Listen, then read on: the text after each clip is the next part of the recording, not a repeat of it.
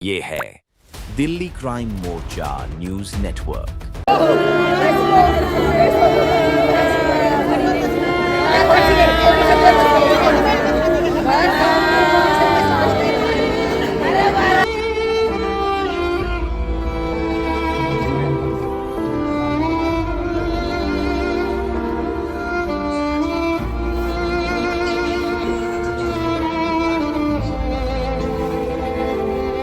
Speed में गाड़ी आती है, पहले रेडी पे मारती है, रेडी पे से फिर नाना को गाड़ी चोट लगती है तो वहाँ गाड़ी के ऊपर उछलते हैं, फिर वहाँ से फिर एक आदमी और जाता है गाड़ी के साथ में, 2 जने को लेके जाता है, फिर तीसरा तीन लोग घायल होते हैं, तो उसमें से एक घायल हो जाता है, 2 लोग की मौत हो जाती है। जा रहे थे, जब बात हुई थी मैंने कहा था कि मत जाओ, वो कह रहे मेरी कमर में दर्द है, मैंने रहने दो मत जाओ छुट्टी कर लो, वो कह रहे नहीं काम है थोड़ा सा वो कर आ जाओ। परिवार से बात की, दोनों ही परिवार की कहानी सिर्फ एक ही है कि इस दर्दनाक हादसे में उनके अपने परिजन की मौत हो गई है।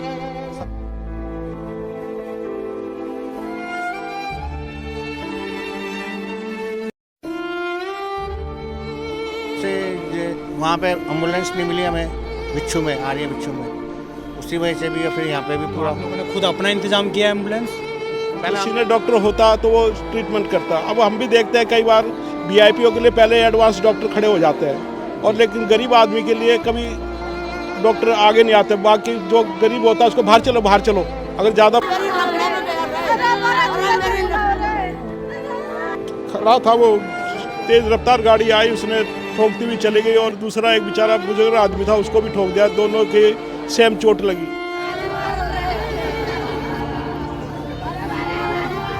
3 बेटी है इसकी, अभी एक की शादी हुई है, 3 बच्चे अभी इसके वैसे है, और उनकी पढ़ाई लिखाई करा रहा है, मजदूरी करता था, 500-700 रुपये डेली के लाता था।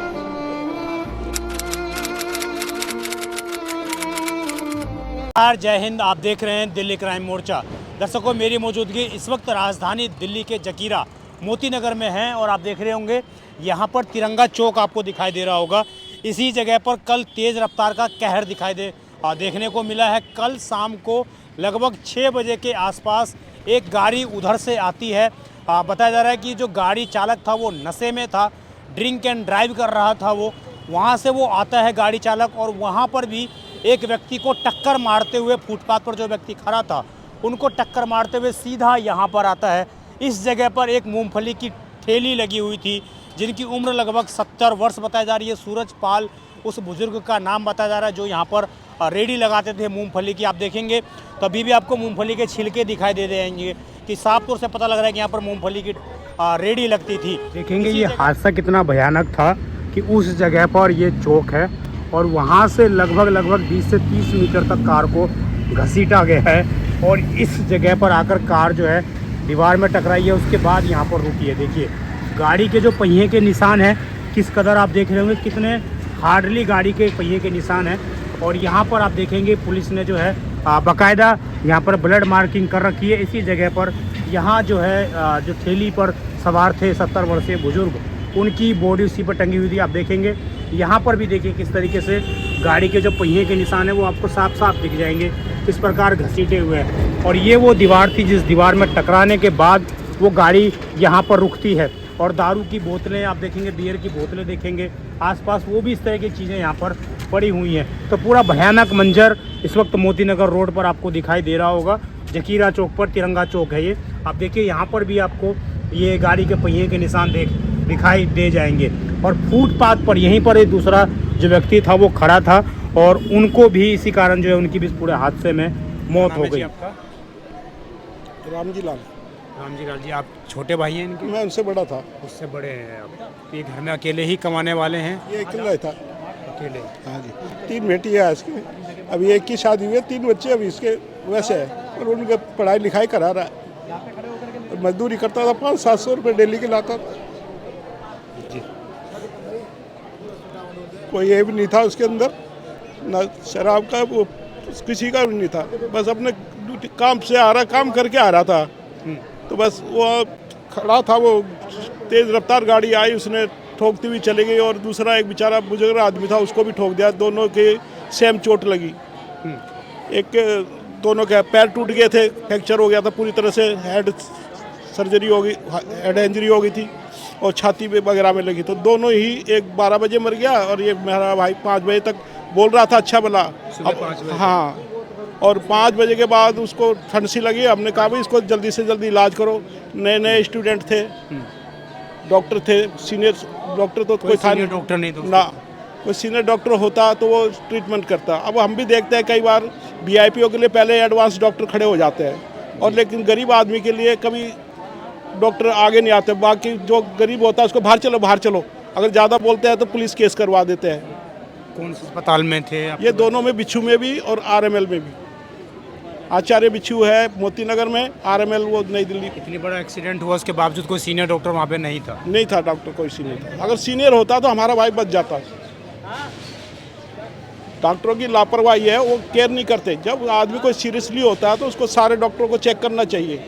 वो तो ग्लूकोज चढ़ा देते हैं और वो कोई दवाई और दे देते और उसके बाद बैठ जाते हैं। हाँ, देख रहे पड़े रहो, कोई मर रहा हो या जी रहा हो, कोई मतलब ही नहीं उनको। आप ये कहना चाह रहे हैं कि एक तो एक्सीडेंट हुआ रोड पर, वो भी लापरवाही से हुआ, उसके लापरवाही बाद से जो वो खुद हॉस्पिटल में ले गए वहाँ पर भी उम्मीद के मुताबिक कार्य नहीं किया। 2 घंटे तो यहाँ आचार्य बिच्छू के अंदर रोके रखा किस वजह से?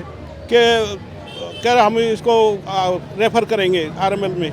वहाँ पर घंटे लग गए रेफर करने में। हाँ जी, और कह रहे हमने गाड़ी भी बुक कर ली थी, ये एम्बुलेंस। करने नहीं, इसमें नहीं जाएगा, हमारी गाड़ी जाएगी, वो जिसमें गैस वो ऑक्सीजन होगा, और डॉक्टर जाएगा हमारा।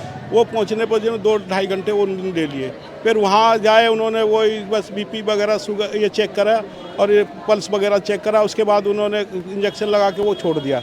उसके बाद कोई चेक नहीं। एक्सरे जरूर करवाए थे उन्होंने, लेकिन वो एक्सरे के बारे में भी हमें पूरा नहीं बताया उन्होंने। उन्होंने क्या बताया कि किस जगह पर उनके चोट लगी है, कहाँ पर ज़्यादा चोटिल आए? सर में लगी हुई थी और दोनों फ्रैक्चर हो चुके थे और चेस्ट गुम चोट लगी हुई थी। ये चीज़ आपको बताया था हमने डॉक्टर ने? देखा था, हमारा भाई बोल रहा था, अच्छी तरह बोल रहा था, सारी चीज़ बता रहा था, सबको पहचान रहा था वो। लेकिन डॉक्टरों ने जो आरएमएल के ने खास तौर से जो नए स्टूडेंट टाइप के आ रहे हैं, सीनियर डॉक्टर तो होते नहीं है, जूनियर डॉक्टर होते हैं जो 20-25 साल के एज के होते हैं तकरीबन, उनको इतना वो नहीं होता। उन्होंने वो लापरवाही करी है पूरी। आप कौन है? उनके लड़के हैं आप? मेरे चाचा जी है, बताइए। अच्छा है आपके वो। तो एक ही घर में सब चीज़ें वही मैनेज करते थे, साथ में रहते थे आप लोग? 3 बेटियाँ है, 1 बेटा है, और वो सफ़ेदिया काम, छोटे छोटे बच्चे हैं। एक बेटे की शादी हो रखी है, वो 500-600 रुपये मजदूरी में जाते थे जी। जी। और ये गाड़ी है जो वो मेरे सामने दिखाएंगे आप। ये गाड़ी का नंबर आप देख रहे होंगे, HR 16B 1010 ये गाड़ी का नंबर है। और इस गाड़ी के से ही जो है हम कहें तो एक्सीडेंट की घटना घटित यहाँ पर हुई है। यही गाड़ी है, इसके अलावा कोई वीडियो कुछ और? नहीं, वीडियो में नहीं है, जो लगी थी देखो ऐसे, ये पोजीशन देखो आप, ये उनकी स्थिति थी। हाँ। तो इस टाइम तक ये सही थे 5 बजे तक सुबह? ये बोल रहे थे, इनके पैर वैर सब जवाब दे। होश नहीं था, लेकिन सब चीज़ें बातचीत कर रहे हैं। हाँ, बात तो कर रहा था, वो होश नहीं था। पर और डॉक्टरों की लापरवाही हम समझें पूरी से, और सबसे वहाँ पे एम्बुलेंस नहीं मिली हमें, बिच्छू में आ रही है, बिच्छू में, उसी वजह से भी। फिर यहाँ पे भी तो पूरा आप लोगों ने खुद अपना इंतजाम किया एम्बुलेंस? पहले हमने किया था, फिर उन्होंने बोला नहीं, हमारी गाड़ी जाएगी और हमारी डॉक्टर जाए तुम्हारे साथ। हाँ, तो गए, फिर वो बाद में जैसे काफ़ी लेट गए, बहुत 2 देर घंटे इंतजाम करने में लग गए। हाँ जी, अगर मौके पर चीज़ें हो जाती तो शायद आपके बीच में आपके बच जाते हैं वो। देखिए ये पूरी इस चीज़ से चिंता, इनसे छोटे छोटे 3 तो लड़कियाँ है, 1 बच्चा है। अब बताओ वो कैसे कमाया, कैसे वो पूर्ति होगी उसकी। लड़के की क्या उम्र होगी? काम करता है वो लड़का? हाँ जी, काम मजदूरी करता है, बस प्राइवेट काम करता है। देखिए जो घटना हुई है, उनके जो एक लड़का है उनका, उनसे मैं ज़रा जुड़ता हूँ, जानता हूँ इनको क्या पता लगा था, क्या इनकी बातचीत हुई थी इनके पिताजी से। क्या नाम है आपका? मेरा नाम मुकुल चौहान है। मुकुल चौहान। कितनी उम्र होगी आपकी? 25 साल। 25 साल। काम करते हैं कोई आप? हाँ जी। अभी लगे थे काम? हाँ जी। तो ये आपके पिता से क्या बात हुई थी आपके अंतिम समय? मेरी अंतिम समय बात, अभी सुबह जब काम पे जा रहे थे, जब बात हुई थी, मैंने कहा था कि मत जाओ। वो कह रहे मेरी कमर में दर्द है। मैंने रहने दो, मत जाओ, छुट्टी कर लो। वो कह रहे नहीं, काम है थोड़ा सा, वो कर आ जाता हूँ। फिर 2 दिन की किस जगह छुट्टी। पे काम चल रहा था? मोती नगर में। मोती नगर में काम? हाँ जी। तो आपने घर पे मना किया था सुबह कि आज आप मत जाओ? हाँ जी। फिर मैं शाम को, मेरे पे 7:30 बजे या 6 बजे करीब 6:30 या 7 के बीच में मेरे पे फ़ोन आया, ठीक है, कि पापा का एक्सीडेंट हो गया। ये किसने फ़ोन किया आपको? ये मेरी सिस्टर ने फ़ोन करा जी, मेरे घर में किसी बाहर वाले ने बताया, ठीक है, तो मेरी उसने यहाँ सिस्टर पे आके बताया था कि ऐसे ऐसे एक्सीडेंट फ़ोन करा था। फ़ोन करा था। हाँ, जगदीश अंकल एक, उन्होंने फ़ोन करा था मेरे मम्मी को। मम्मी ने फिर मम्मी को लगा नॉर्मल एक्सीडेंट होगा, तो मेरी छोटी बहन है टिमटिम, उसने मेरे को फ़ोन करके बोला कि भैया एक्सीडेंट हो गया। मैं ठीक है, मैं पहुंचता हूँ। तो ये किसी देखिए, हमने आपको दूसरी जगह पर दिखाया था कि किस तरीके से वहाँ पर जो है एक शख्स उनकी भी मौत हो गई थी। और अभी जो है मैं सूरज पाल जो हैं 70 वर्ष जिनकी उम्र है, उनके घर पे मौजूद हूँ। और अब जानकारी के मुताबिक 70 वर्ष की उम्र में भी वो अपने घर में सिर्फ अकेले कमाने वाले थे और लड़की जो है वो उनके घर पे रहती थी। लड़की के जो बेटे हैं वो हमारे साथ मौजूद हैं। क्या नाम है बेटे? ब्रजेश कुमार। ब्रजेश जी, ये आपके नाना हैं? हाँ जी। क्या नाम है इनका? सूरज पाल। सूरज पाल। कितनी उम्र होगी इनकी? 74। 74 साल। हाँ जी। इतनी ही उम्र? हाँ जी। ये वहाँ पर रेडी कब से लगाते थे? ये अपना 3-4 साल से लगा रहे हैं रेडी वहाँ पे। किस चीज़ की रेडी लगा रहे थे? ठंडी में मूंगफली लगाते हैं, गर्मी में फल फ्रूट लगाते हैं। उसी जगह पर जहाँ ये चौक है? उसी जगह पे लगाते हैं। और 3-4 साल में पहले कभी इस तरीके ऐसा कभी नहीं हुआ। कभी नहीं हुआ। कल कितने बजे की बात है, क्या पता? ये शाम को 6-6:15 बजे की बात है। क्या पता लगा आपको? वहाँ से गाड़ी आती है, कोई स्पीड में गाड़ी आती है, पहले रेडी पे मारती है। हाँ। रेडी पे से फिर नाना को गाड़ी चोट लगती है तो वहाँ गाड़ी के ऊपर उछलते हैं। फिर वहाँ से फिर एक आदमी और जाता है गाड़ी के साथ में, 2 जने को लेके जाता है। फिर तीसरा तीन लोग घायल होते हैं, तो उसमें से एक घायल हो जाता है, 2 लोग की मौत हो जाती है हॉस्पिटल में। रेडी को घसीटता वहाँ आगे हाँ तक जी, ले गया? पूरी रेडी का तो कोई नामो निशान नहीं है। पूरा गाड़ी में उसका जो गाड़ी का वो तो भाग गया था, जो ड्राइवर था उसके गाड़ी का जिसके नाम थी उसका मिला था आईडी प्रूफ।